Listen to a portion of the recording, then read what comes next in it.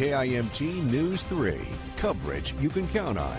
This is KIMT News 3 at 6. Showers continue to fall across our area, but is there an end in sight? Chief Meteorologist Tyler Roney and I have the answer coming up. Honey, get inside. And Iowans take cover as severe weather tears through homes and power lines in central Iowa. Plus, a correctional officer in Minnesota is killed. I'm KIMT News 3's Brian Tabak with how those in Saragordo County keep themselves safe around inmates. Especially at John Marshall, the demographic for the teachers are predominantly white. And new tonight at 6, as racial disparities are questioned at Rochester Public Schools, we're hearing how the demographics break down in terms of students and their teachers. Thanks for joining us here at 6. Wasting no time, I'm joined by KIMT Storm Team 3 Chief Meteorologist Tyler Roney. He's tracking this very active radar scene we're seeing right now. Right, Tyler? What can we expect? Well, absolutely, Katie. And you saw a few moments ago that video, and we'll be showing that momentarily, but all the tornadic activity staying in southern Iowa right now, which is good news for us. And at least locally, we're just seeing those spotty showers and thunderstorms continuing across our area. That's going to be the trend going through the remainder of the night. Really, the worst of it has been staying in central and southern Iowa, but here's what's left of those showers right now. We're seeing some stronger, not rotation, I should say, but at least some heavier rain in Fillmore County. All the worst of this activity remains in southeastern Iowa. Here's what's left of those tornadic thunderstorms that are now about to move into southeastern Iowa. Again, this has left a lot of damage behind, and this is just a look at the reports going through this afternoon, really starting just to the southwest of our area. But look at what happens through the afternoon. Plentiful reports along and east of I-35. We're not done with the rain just yet. We're continuing to really see this moisture wrap back in around, and our severe weather threat is gradually waning for tonight, which is good, but we're not completely out of the woods just yet. Here's what it looks like across the area right now on our live eyes in the sky. We will look at our Mason City live eye. Still overcast, really haven't seen much for sunshine. And here's what it looks like right now on our Rochester live eye in the sky. More cloud cover, certainly have had quite a bit of that throughout the day. Tornado watch remains in effect to our south. Nothing active locally in terms of any severe weather watches, but something we're still tracking for tonight. We're not done with the rain or thunderstorms just yet. Meteorologist Sarah Knox and I will time everything out for you for the rest of tonight. Coming up in just a few minutes. Katie? Thank you, Tyler. And as Tyler mentioned, tornadoes were reported in Polk County. Take a look at this incredible video from our sister station, KCCI. It shows two funnel clouds near Altoona. And here you can see power lines and homes being torn up in Bondurant. There are no reports of serious injuries at this point. An inmate who is accused of killing a correctional officer at a Minnesota state prison is now in another facility tonight. Edward Muhammad Johnson is accused of using a weapon to attack Officer Joseph Gom on Wednesday at Stillwater Prison. Officer Gom died from his injuries. Tonight we're taking a look at local correctional officers about the dangers that they face on the job. KIMT News 3's Brian Tabak is live now at the Saragordo County Jail. Brian, what can you tell us? Yeah, Katie, those I spoke with at the Saragordo County Jail today tell me that what happened in Stillwater, Minnesota is just a tragedy. They say despite having so many different guidelines and policies in place, there are just some situations that can get out of hand when it comes to dealing with a dangerous inmate. Saragordo County Correctional Officer Jeff Bulin says there are a number of different reasons why inmates may become aggressive, as well as situations that become dangerous. He says mental illness is a growing issue, not just in our area, but around the nation, and is one of the main contributors to dangerous dealings with inmates. Bulin also says a number of county jails throughout the state are short-staffed, making each encounter with an inmate just a little more dangerous. When you're dealing with someone one-on-one, the odds that someone's going to get hurt is very, very great. If you can put two officers in that situation, it basically cuts that threat in half. When we put three, it makes it a third. It's just numbers.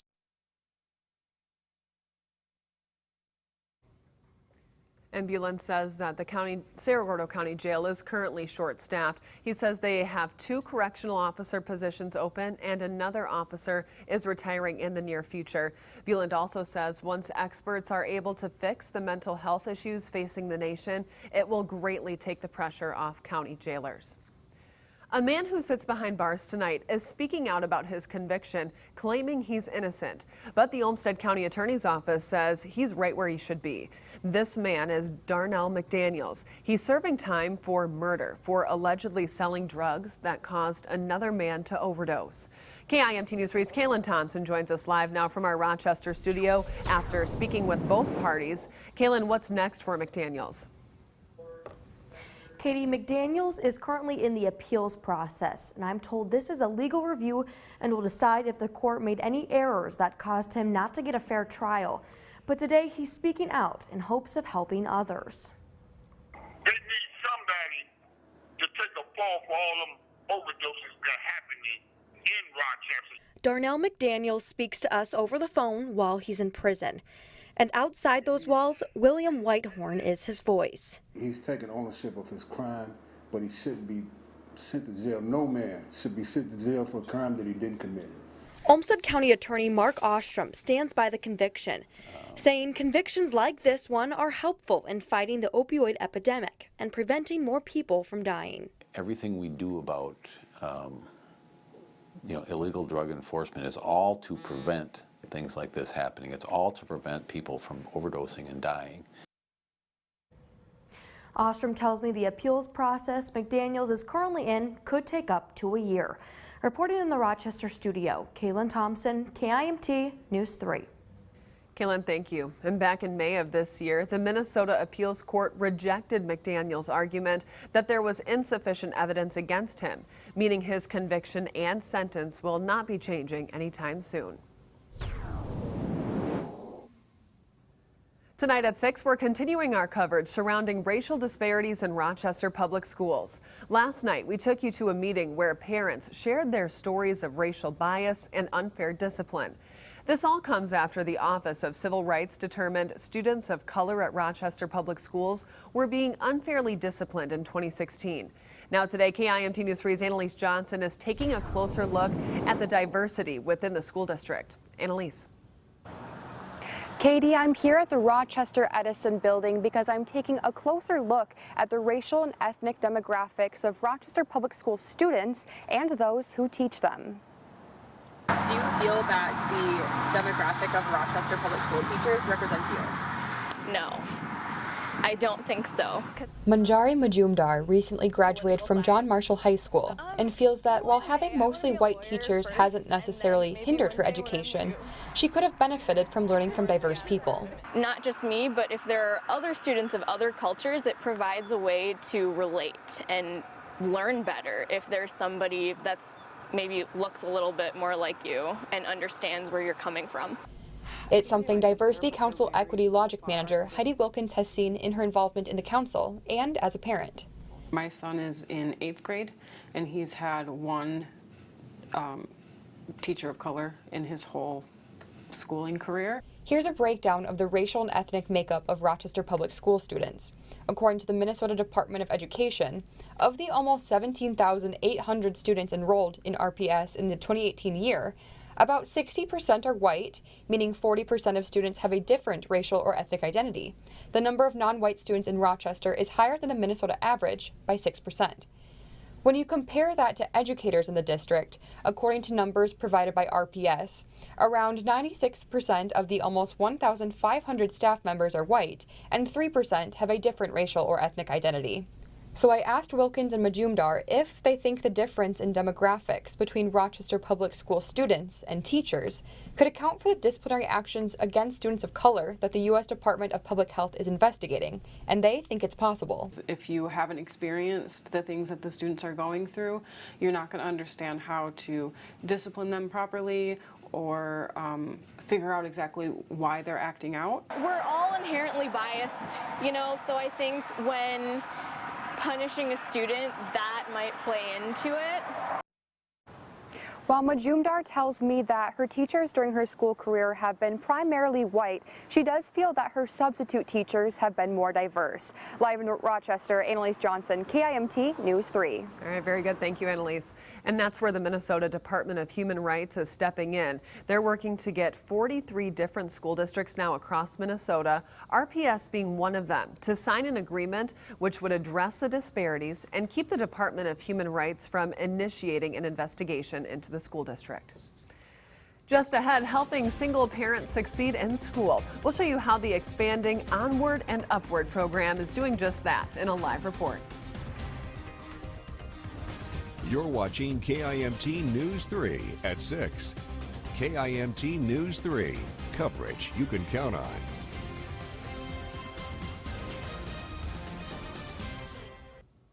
Juggling school and being a single parent is tough, but an expanding program in Rochester is aiming to help by offering emotional and financial support. KIMT News 3's Jeremiah Wilcox just spoke to the director about how this program benefits local families. Jeremiah. Katie, just through these doors at Catholic Charities, single parents can meet with mentors to navigate through life and get a college education. The Onward and Upward program started in 2016, providing assistance to pregnant students and single parents who attend Rochester Community and Technical College. They started with 2 programs and are now expanding to 8. Nursing and dental assisting are some of the new additions to the program. To qualify, you must be in a healthcare field at RCTC. Each student is paired with a licensed social worker who helps you create a plan to thrive academically and emotionally. Program Director Sarah Vetter has seen single parents struggle to get an education and says this program is there to lighten the load. If you think about their parenting, they're working, they're going to school, it's a lot on your plate and a lot to kind of stick with when times get hard. And so that's exactly why we created this program, to help them succeed and earn a living wage after graduation. And you do have to apply to this program, and they are now accepting applications for the fall semester. Reporting live in Rochester, Jeremiah Wilcox, KIMT News 3. Jeremiah, thank you. And if accepted, the program also offers non-academic scholarships and emergency assistance, like providing financial help if your car were to break down. The Charles City Police Department is approaching its fundraising goal for their new canine officer. In a Facebook post today, the department says they just topped $8,000 of their $12,000 goal. That will cover the cost to bring a Dutch Shepherd named Jordy home and update a vehicle to keep him safe while working. Jordy will be replacing a black lab mix named Midnight, who retired last year because of medical issues. A flood-damaged clinic in our area is now reopening its doors to some of its patients. We'll have that story next. And we continue to track more showers and thunderstorms across our area. We'll time them all out for you next. We track storms to alert you first. This is KIMT Storm Team 3, weather coverage you can count on. Welcome back, my friends. This is a similar scene we've seen really throughout the entire day. Cloudy skies and even some rainfall moving on through. And unfortunately, there's no end quite in sight until we approach the weekend. But those clouds have actually been helping us. Here in Storm Tracker 3 Doppler radar, we can see this giant spiral of the system that continues to move through, pushing storms really across most of our entire area. We've all seen rain at this point, and even a tornado has been spotted. This is along the North Iowa and southern Minnesota border in the city of Ceylon. So we haven't seen much of that activity in our area. As I mentioned, the clouds actually helping us to keep with the severe weather out, and now we're just continuing to see the rain move through Fillmore County. A lot of it on the moderate side, but we do see the threat remaining. As far as the rain we've seen already, this is over the last 24 hours. Radar estimated around 1 to 2 inches in the areas in green. So Albert Lee and Austin seeing some of the heaviest of the rainfall. But as I mentioned, the fun doesn't end there. Sky Tracker 3 is going to map out the showers that continue to linger into the evening and ultimately into our Friday morning as well. This is around the morning commute. Places like Olmsted County and Dodge County getting a lot of the rain there. But the threat does linger for the entire area of southern Minnesota, even as we approach into Friday evening. Happy to say though, but by the time we get to Saturday, partly sunny skies do emerge and we see some more of that sunshine. 7-day forecast for the weekend is always in view. I mentioned the weekend is going to be looking great, mostly sunny on Sunday, and that continues the next work week. Thank you very much, Sarah. Here's a live look from our sister station, KCCI in Des Moines. This is kind of the cleanup underway in Bondurant, Iowa. This is one of the towns really hit very hard from this afternoon's tornadoes. You may notice also places like Marshalltown, Vermeer, Iowa. That's kind of near Pella. Very devastating tornadoes move through, and you're obviously noticing that right now. This is, again, a live look in Bondurant, and you kind of notice also in the background how some of that sunshine is starting to return, and that's what's really kind of prevented us from seeing too much severe weather really whatsoever, at least locally for today. But debris really scattered all across the streets. We've seen all sorts of images coming out of portions of southern and eastern Iowa, and that's been kind of the unfortunate events with today's tornadoes. Here's what it looks like, at least locally. Here's our live eye in the sky over Mason City, still overcast, and as I mentioned, that's really kind of helped us at least avoid that major severe weather threat for today. Storm Tracker 3 Doppler radar in North Iowa still showing that we do have some scattered showers and storms. A little bit of a stronger storm northwest of Mason City and southeast of Forest City has the potential anyway to bring some lightning and brief heavy rainfall, but nothing like what we've seen so far in southern and eastern Iowa, and that's good news. But our current temperatures at least are in the low 70s. It's also been very cool compared to what we've been seeing in southern Iowa with all that sunshine, easily getting into the low 80s. We'll continue to track those showers and thunderstorms for tonight. Severe weather threat not completely ruled out, but it's much lower now than it was earlier today, thanks to the clouds. Throughout the rest of tonight, we'll continue with those scattered showers and storms along with the cloud cover, even some lingering showers moving throughout the day on Friday and into Friday evening. Over the next 7 days, with the weekends always in view, temperatures itself will be around 80 both Saturday and Sunday, a dry weekend on the way, and a nice start to next week. With only a week and a half remaining in the summer sports season, it's time to start looking ahead to football. And the college football season is only 6 weeks away. We sat down with Gophers head coach PJ Fleck, and that interview is coming up next.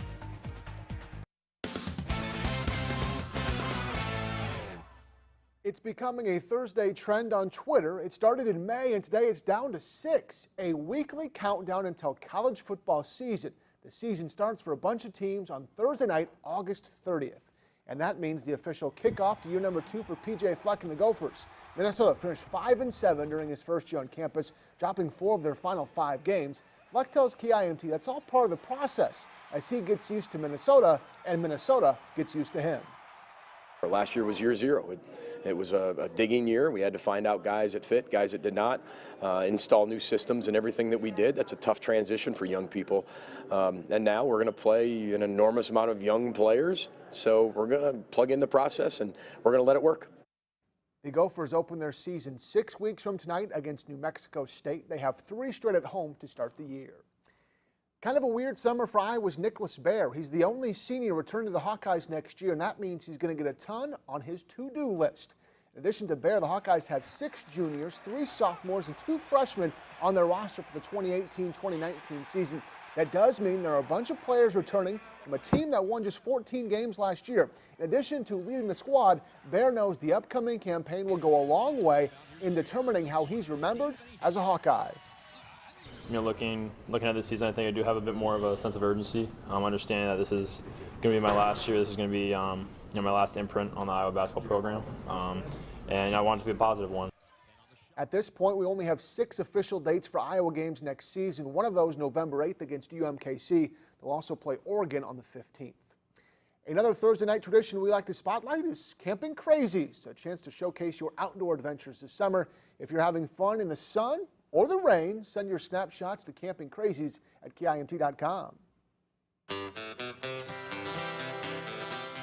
A couple of great pictures for you this week from our friend Rick. He spent 8 days around the Denali Mountains in Alaska, and as you can see with these gorgeous pictures, he had a great time. He spent 4 days in the Sanctuary River Valley, followed by 4 more days exploring around Wonder Lake. Of course, he's not alone, getting pretty close to one of his newest friends. Thank you for sharing your trip with us, Rick. CampingCrazies at KIMT.com is the email address to use. We're only 30 minutes away from the final high school softball game of 2018 for North Iowa area teams. The Central Springs Panthers getting set for a matchup with Des Moines Christian at the top of the hour. The winner gets 3rd place in Class 2A. It's also the final game for 4 CS seniors. It was weird putting our sportscast together tonight. No more softball. Right. Here comes football. I know it. We're at that point, aren't we? Transition time for sure. All right. And we're back next with a look at the storms tonight. Well, we're managing to avoid the worst of the severe weather, at least locally tonight, but we're still tracking more showers and thunderstorms as they're continuing to move through. We're seeing some of the stronger storms, at least in North Iowa right now. None of them have any warnings on them, but still take them very seriously. A lot of outdoor activities going on tonight, so make sure that you are paying very close attention to the particular weather scenario going on this evening. And right now, at least for these next few hours, the best chances for these showers and thunderstorms will be in North Iowa. We're not done with the rain just yet. More to deal with on Friday. Meteorologist Sarah Knox and I will break everything down for you tonight at 10. All right, have a great rest of your evening. Stay safe. We'll see you at 10.